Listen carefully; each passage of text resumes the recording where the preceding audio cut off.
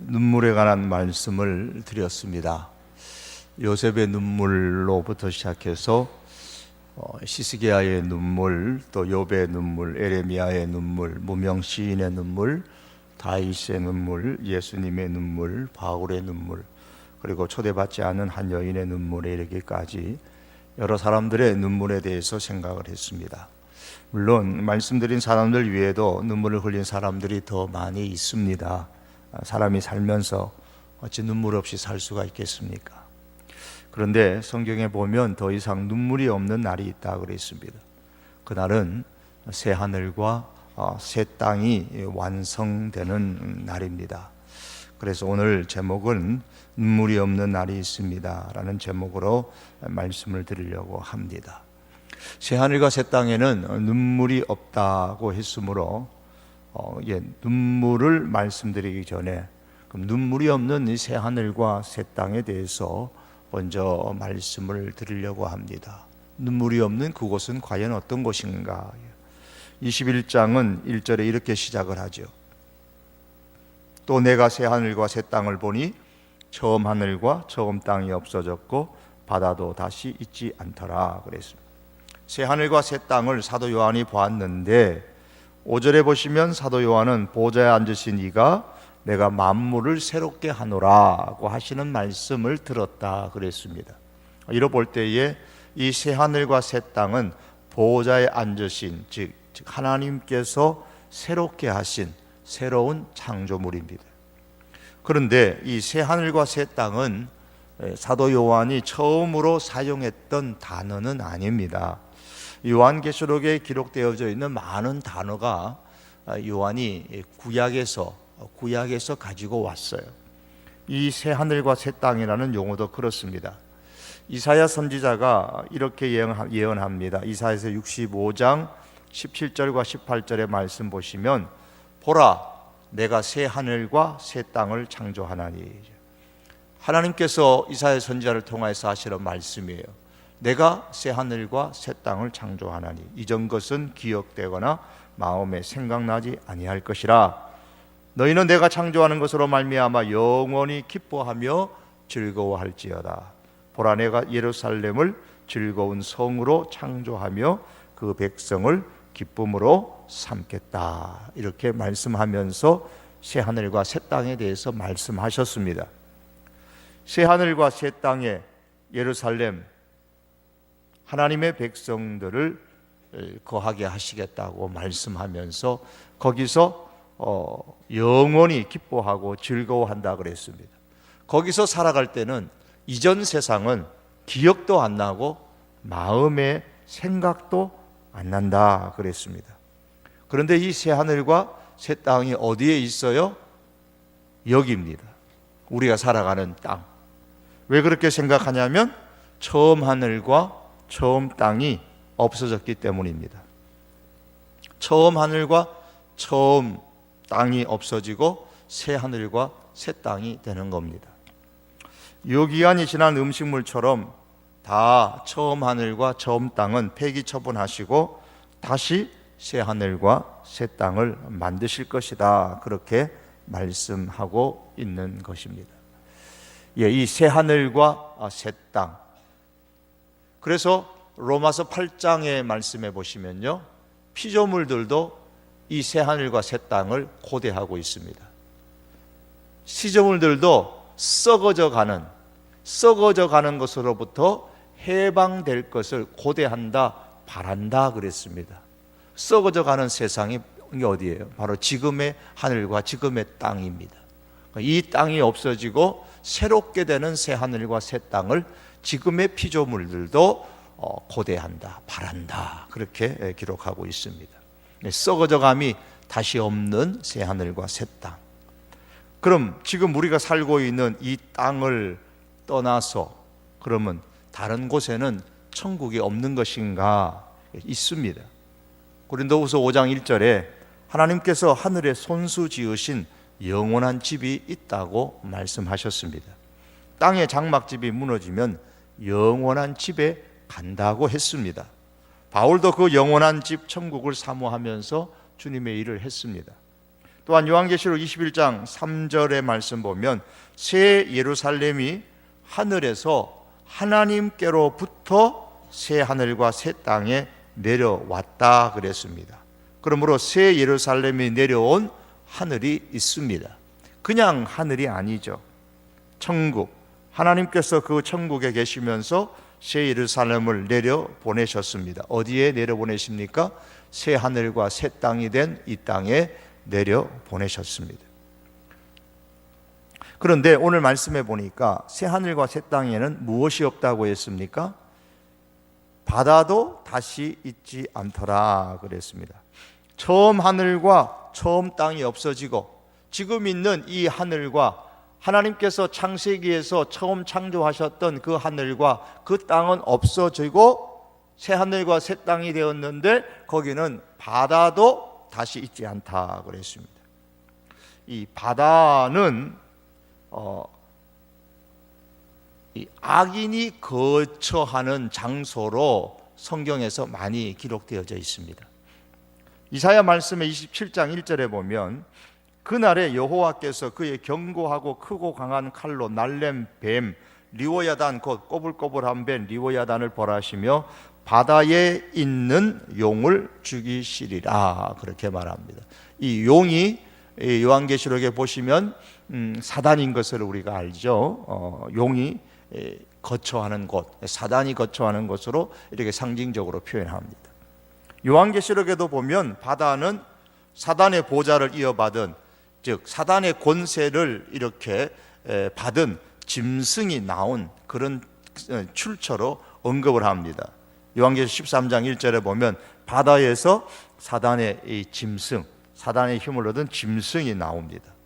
그리고 음녀가 앉아있는 물은 백성과 무리와 열국의 방언들이라.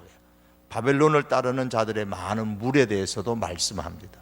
자, 이런 표현들을 보면 요한계시록에 나오는 바다는 바로 이 악의 상징적인 의미로 또 악이 거처하는 그런 장소로 표현되어집니다.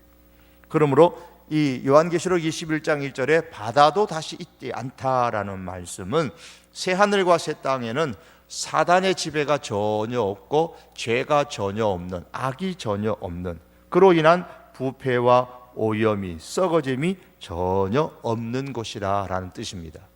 그래서 좀 전에 말씀드린 것처럼 로마서 8장에서 피조물조차도, 이 창세기에서 만들어진 그 피조물조차도, 죄로 말미암아 썩어지고 오염된 그 피조물조차도 이제는 이 썩어짐에서 해방되는, 썩어짐이 다시 없는, 부패함이 없는 그 땅을 고대한다 그랬습니다.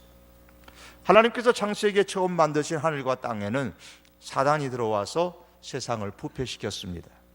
고통의 눈물이 있기도 했고, 하지만 하나님께서 재창조하시는 이 새 하늘과 새 땅에는 사단과 그의 부하들이 전혀 없습니다. 그래서 하늘과 새 땅은 죄가 들어오지도 못하고 거기에는 고통의 눈물도 없습니다. 바다도 없기 때문에 4절에 보시면, 즉 죄가 없고 사단이 없고 악한 것이 없는 것이죠.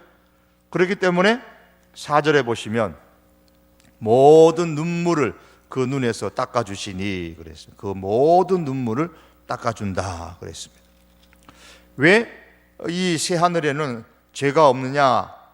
20장 끝에 보면은 14절에 사망과 음모도 불못에 던져지니, 이제 그 앞에 10절에 보면 또 그들을 미혹하는 마귀가 불과 유황못에 던져지니, 이제 마귀가 불과 유황못에 던져졌는데 거기에 그를 따르는 짐승과 거짓 선지자도 있고 세세토록 밤낮 괴로움을 받는다라고 말씀을 하고 있습니다.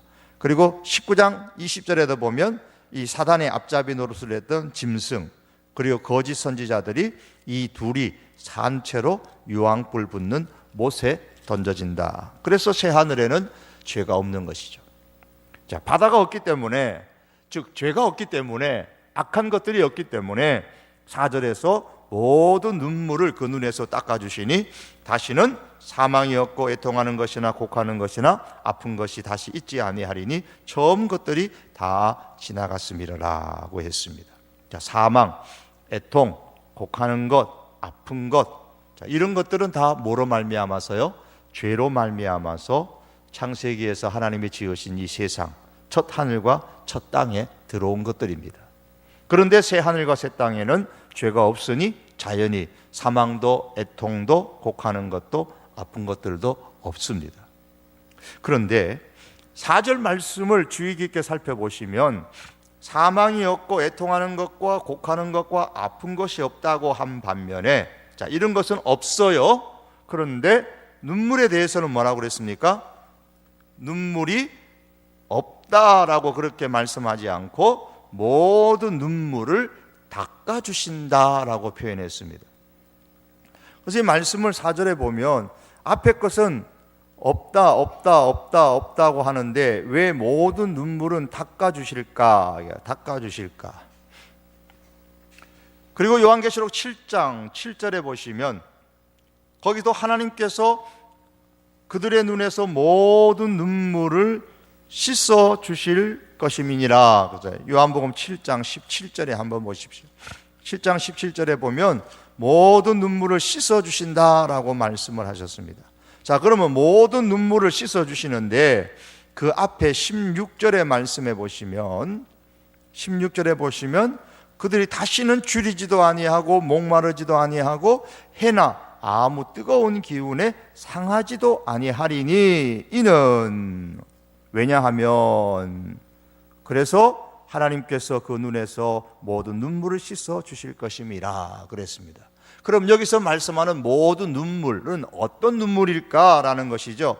그게 바로 16절의 말씀에 나오는 줄이지도 아니한다라고 했으니 줄임으로 인하여 흘리는 눈물, 목마르지도 아니하고 라고 했으니까 목마름으로 인한 눈물, 해나 아무 뜨거운 기운에 상하지도 아니한다 그랬으니 상함으로 인한 눈물, 이 모든 눈물들을 다 씻어 주신다라는 말씀이죠. 오늘 본문의 말씀에서도 21장의 말씀에서도 그와 같은 내용입니다. 아픈 것이 없다고 한 반면에 눈물에 대해서 눈물이 없다고 그렇게 기록하지 않고 닦아주신다고 한 것으로 보아서 애통하는 것이 없으니 애통하는 눈물이 없고 곡하는 것이 없으니 곡하는 눈물이 없고 슬픔의 눈물이 없고 아픈 것이 없으니 아픔으로 인해서 당하는 고통의 눈물이 없다라는 말씀입니다. 그렇다면 고통의 눈물이 아니라 기쁨의 눈물도 그러면 없을 것인가? 새하늘과 새 땅 혹은 천국에는 기쁨의 눈물도 없을 것인가? 사실 이에 대해서는 성경이 함구하고 있어요. 말씀을 하지 않습니다. 우리는 보통 일반적으로 지금까지 오면서 천국에는 눈물이 없다라는 말씀으로만 그렇게 생각해 왔습니다. 자, 이를 보면 새하늘과 새 땅에 지금 성경이 요한계시록 눈물에 대해서 말씀하고 있는 21장이나 7장의 말씀을 이렇게 보면 고통의 눈물이 없다, 슬픔의 눈물이 없다, 괴로움의 눈물이 없다라는 그런 의미들로 보여집니다. 그렇다면 과연 천국에는 눈물 자체가 없다고 해석할 수가 있을까라는 그러한 의문점을 남겨놓습니다. 왜냐하면 여기까지 말씀드리는 것은 천국에는 그런 눈물이 있다 없다라고 딱 고정해서 말씀하고 있지 않기 때문입니다. 좀 전에 이사야서 말씀에서 새하늘과 새 땅을 말씀하며 거기에서 성도들이 영원히 기뻐하고 즐거워하리라 그랬어요. 천국에서 너무 기뻐서 흘리는 과연 그런 눈물도 없을까요? 눈물에는 고통의 눈물도 있지만 기쁨의 눈물도 있는데 새하늘과 새 땅에는 기쁨이 가득한 영원히 즐거워하고 영원히 기뻐하리라 그랬는데 너무 기뻐서 눈물을 흘릴 수 있지 않을까라는 그런 생각을 이 말씀을 보면서 제가 혼자 생각을 해봤습니다. 어느 주석에도 여기에 대해서 이렇게 저렇게 말씀하는 건 없어요. 저 혼자 이 말씀을 준비하면서 천국에는 기쁨의 눈물은 없을까 그런 생각을 해봅니다. 하지만 분명한 것은 새하늘과 새 땅에서는 여러 면에서 볼 때에 고통스러워서 흘리는 눈물, 슬픔의 눈물, 괴로움의 눈물, 그런 후회하는 눈물은 분명히 없습니다. 죽음으로 인한 눈물이 없습니다. 애통하는 것이 없으니까 애통의 눈물이 없습니다. 아픈 것이 없다고 했으니까 아픔과 질병으로 인한 눈물이 없습니다. 죽음, 애통, 아픔, 이와 같은 고통으로 인한 괴로움의 눈물도, 슬픔의 눈물도, 고통의 눈물도 없다 그랬습니다. 그럼 반면에 지옥에는 어떨까요? 지옥에는 그런 눈물이 있을까요, 없을까요? 예수님께서 백부장의 믿음에 대해서 말씀하시는 중에 또 너희에게 이르노니 동서로부터 많은 사람이 이르러 아브라함과 이삭과 야곱과 함께 천국에 앉으려니와 그 나라의 본 자손들은 바깥 어두운 데 쫓겨나 거기서 울며 이를 갈게 되리라 그랬습니다. 자, 거기서, 즉 바깥 어두운 곳에서 운다 그랬습니다. 이 바깥 어두운 곳이 어느 곳이냐 하면 이 지옥이란 말이에요. 왜 그러냐? 바로 앞에 11절에 보니까 아브라함과 이삭과 야곱과 함께 천국에 앉으려니와 라고 이게 천국이라는 단어를 쓰고 있고, 이 천국과 반대되는 개념으로 바깥 어두운 데 이렇게 말씀하고 있기 때문에 바깥 어두운 데와 천국 반대되는 개념으로 이렇게 지옥을 의미한다 함에 틀림이 없습니다. 지옥에서 울며 이를 간다 그랬습니다. 예수님은 좋은 씨와 가라지 비유를 하시면서 마태복음 13장 42절에서도 가라지를 풀무불에 던져 넣으리니 거기서 울며 이를 갈게 되리라고 했습니다. 그물 비유에서도 그런 말씀하셨어요. 세상 끝에 악인들을 풀무불에 던져 넣으니 거기서 울며 이를 갈리라. 풀무불, 유황불, 지옥을 말씀하죠. 거기서 울며 이를 간다 그랬어요. 마태복음 22장에 보면 예수님은 혼인잔치 비유를 하셨는데 예복을 입지 않은 잔치에 참여한 사람을 책망하시면서 사환들에게 시켜 그 사람의 손발을 묶고 바깥 어두운 데에 던지라. 거기서 슬피 울며 이를 갈게 되리라고 했습니다. 마태복음 24장 51절에 악한 종을 일컬어 외식하는 자가 받는 벌에 처하리니 거기서 슬피 울며 이를 갈리라. 마태복음 25장 30절에서도 이 무익한 종을 바깥 어두운 데로 내쫓으라. 거기서 슬피 울며 이를 갈리라. 자, 예수님께서, 제가 마태복음에 나오는 것만 말씀을 드렸습니다만 예수님께서 말씀하셨던 이 모든 것들을 종합해 보면 지옥에서도 슬피 우는 눈물이 있다 그랬습니다. 물론 여기서 흘리는 눈물은 고통의 눈물입니다. 너무 고통스러워 흘리는 눈물, 지나온 행동, 삶의 잘못으로 인해서 지옥에 온 것에 대해서 후회하는 눈물, 이를 갈면서 흘리는 눈물, 슬퍼하는 눈물이 이 지옥에 있습니다. 사랑하는 성도 여러분, 우리 교회에 온 교우들이 이 지옥에서 흘리는 고통의 눈물이 한 사람도 없기를 원합니다. 천국에서는 고통의 눈물도, 후회의 눈물도, 괴로움의 눈물도 없습니다. 그렇다면 이 천국에는 어떤 사람들이 사는 곳일까요? 오늘 본문으로 말씀을 다시 돌아옵니다. 본문 7절 말씀해 보니까 이렇게 말씀합니다. 이기는 자는 이것들을 상속으로 받으리라.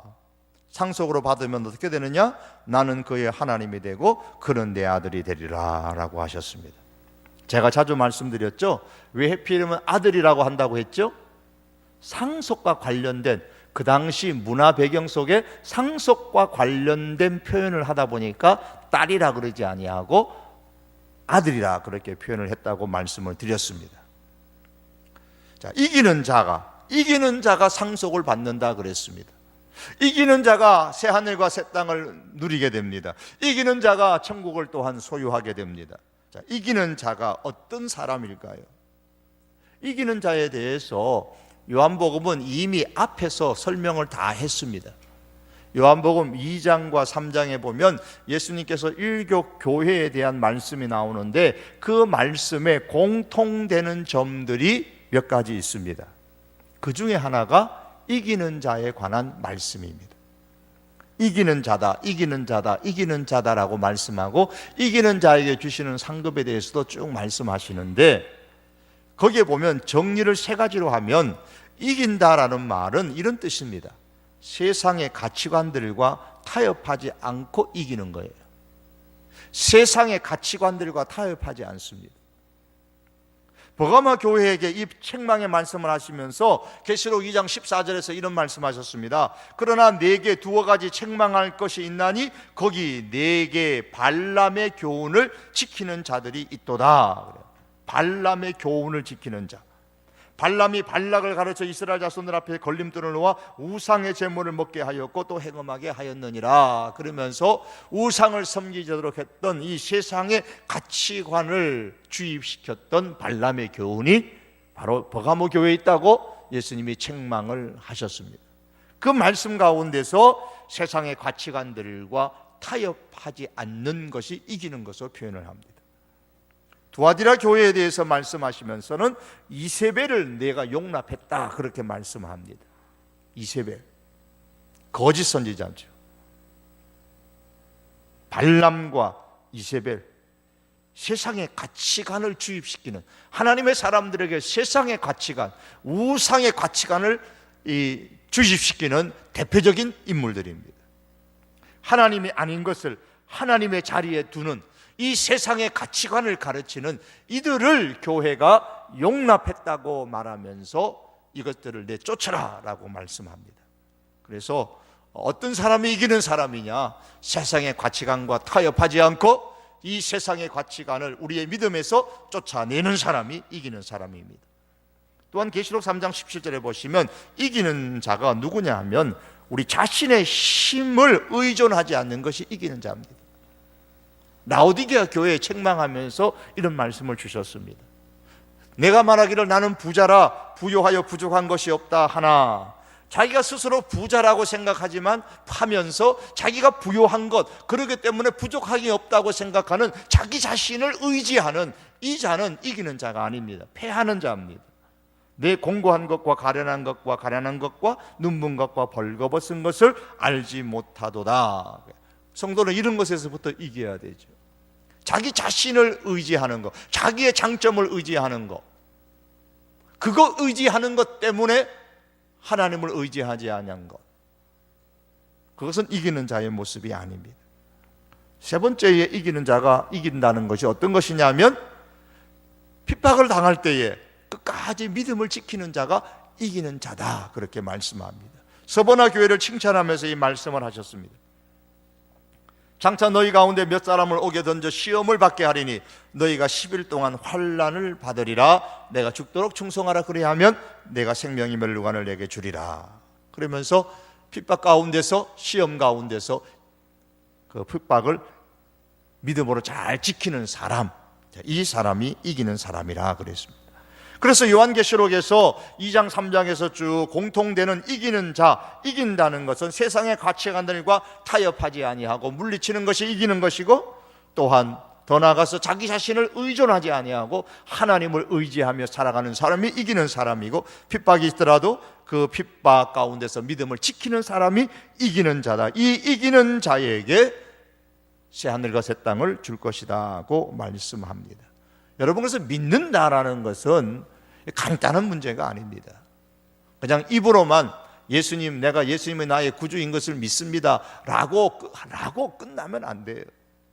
정말 예수님을 나의 구주로 믿는다라는 말, 그리스도로 믿는다라는 말은 세상의 가치관과 타협하지 않는다는 말이고, 내 자신을 의지하지 않는다는 말이고, 핍박 가운데서도 믿음을 지킨다라는 말이라는 거예요. 예수님께서 말씀하셨죠. 세상에서는 너희가 환난을 당하나 담대하라. 내가 세상을 이기었노라. 예수님께서 세상을 이기셨습니다. 세상을 이기신 예수님께서 이기는 자에게 약속을 주십니다. 그러므로 우리는 지금 세상에 살고 있지만 세상에 빠지지 말고 세상을 이기는 그리스도인이 되어야 됩니다. 믿음을 가지고 세상을 이기는 그리스도인. 자, 어떻게 해야 이길 수 있느냐라는 것.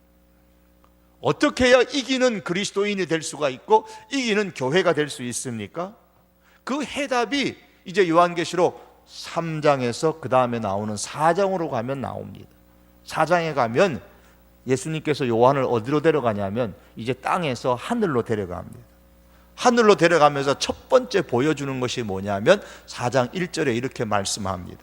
이 일 후에 내가 보니 하늘에 열린 문이 있는데 내가 들어온 바 처음에 내게 말하던 나팔 소리 같은 그 음성이 이르되 이리로 올라오라. 이리로 올라와라. 하늘에 올라가니까 이리로 올라와라 그랬습니다. 이후에 마땅히 일어날 일들을 내가 내게 보이리라 하시더라. 지상에 있는 교회와 성도들이 이 땅에서 이길 수 있는 비법에 대해서 해답을 주는 말씀이 이제 4장에 나오는 거예요. 요한이 제일 먼저 본 것이 뭐냐면 하늘 보좌입니다. 그리고 하나님께서 어린 양 되신 예수님께서 그 보좌에 앉아 계시는 것을 봤습니다. 왜 요한에게 하늘 보좌를 가장 먼저 보여주었을까요? 그 이유가 본문에 나오지 않습니다만은 4장에도 나오진 않습니다만은 시대적 배경을 여러분 잘 묵상하면 그 이유를 충분히 알 수가 있습니다. 요한이 천국 환상을 볼 당시는 요한복음 1장 1절에서 이미 말씀드린 것처럼 요한계시록에서 말씀하고 있는 것처럼 당시에 로마의 세상이잖아요. 로마가 전 세계를 통일하고 힘으로 지배하고 있던 세상이었습니다. 감히 로마에 대항할 적이 없었기 때문에 로마의 힘 아래 세상이 잠잠하던 평정되었던 그런 시대입니다. 그 가운데 기독교는 어떻습니까? 오직 하나님만 믿는 유일신 신앙으로 인해서 로마로부터 핍박을 받고 있는 상황 가운데 있었습니다. 성도들은 황배 숭배를 할 수 없었기 때문에 거부했고 이것 때문에 핍박을 받았습니다. 많은 당시의 사람들이 로마 황제의 보좌를 바라보면서 어떤 사람들은 두려워하고 어떤 사람은 부러워하고 어떤 사람은 아부하면서 점점 로마 황제의 보좌가 무서워서 로마를 피해 도망가는 사람도 있고 어떤 사람들은 핍박하는 황제의 보좌가 무서워서 더 이상 복음을 전하지 못하는 사람들도 생기고 신앙생활을 포기하는 사람들도 생기고 그 가운데서 끝까지 핍박을 받으며 믿음을 지키는 성도들도 있었습니다.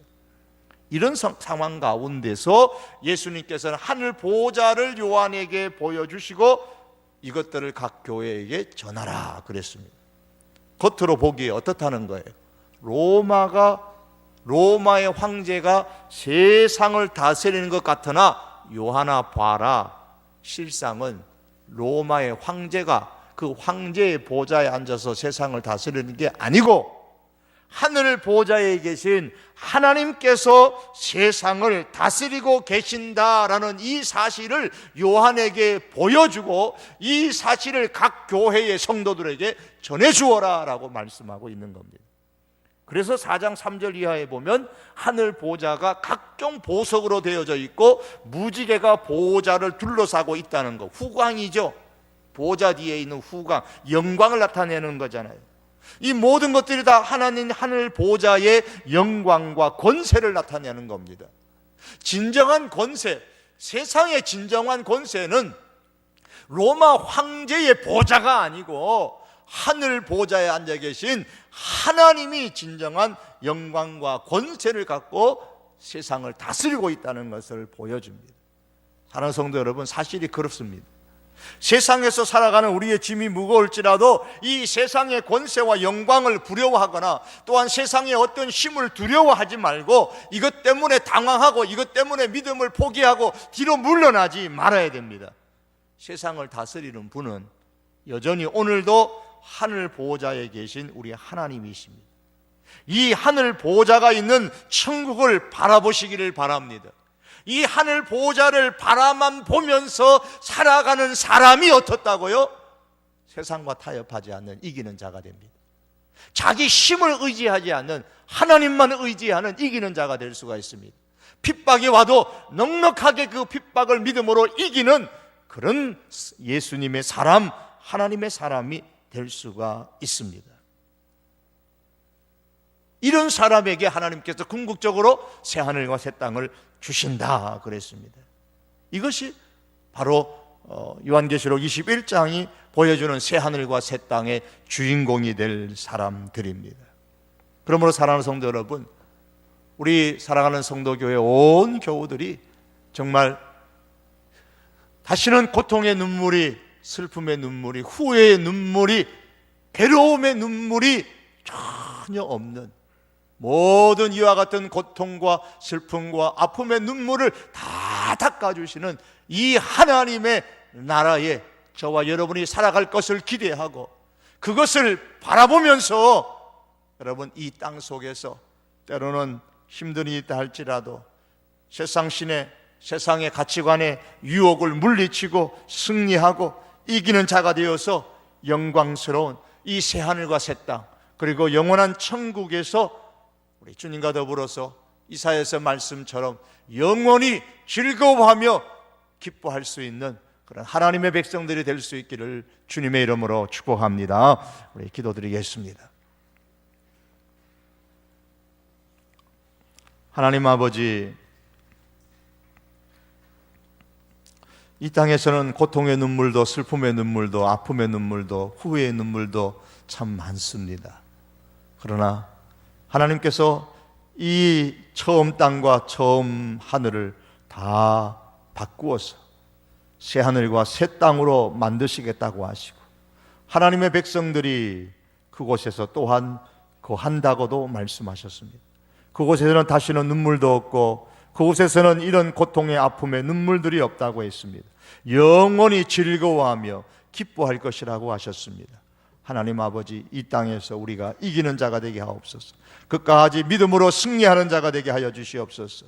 하늘 보좌에 앉아서 지금도 세상을 주관하시고 우주를 주관하시고 우리의 인생과 교회를 주관하시는 그 하나님만 바라보고 붙들고 끝까지 승리할 수 있는 이기는 하나님의 사람 될 수 있도록 우리 사랑하는 성도들을 축복하여 주시옵소서.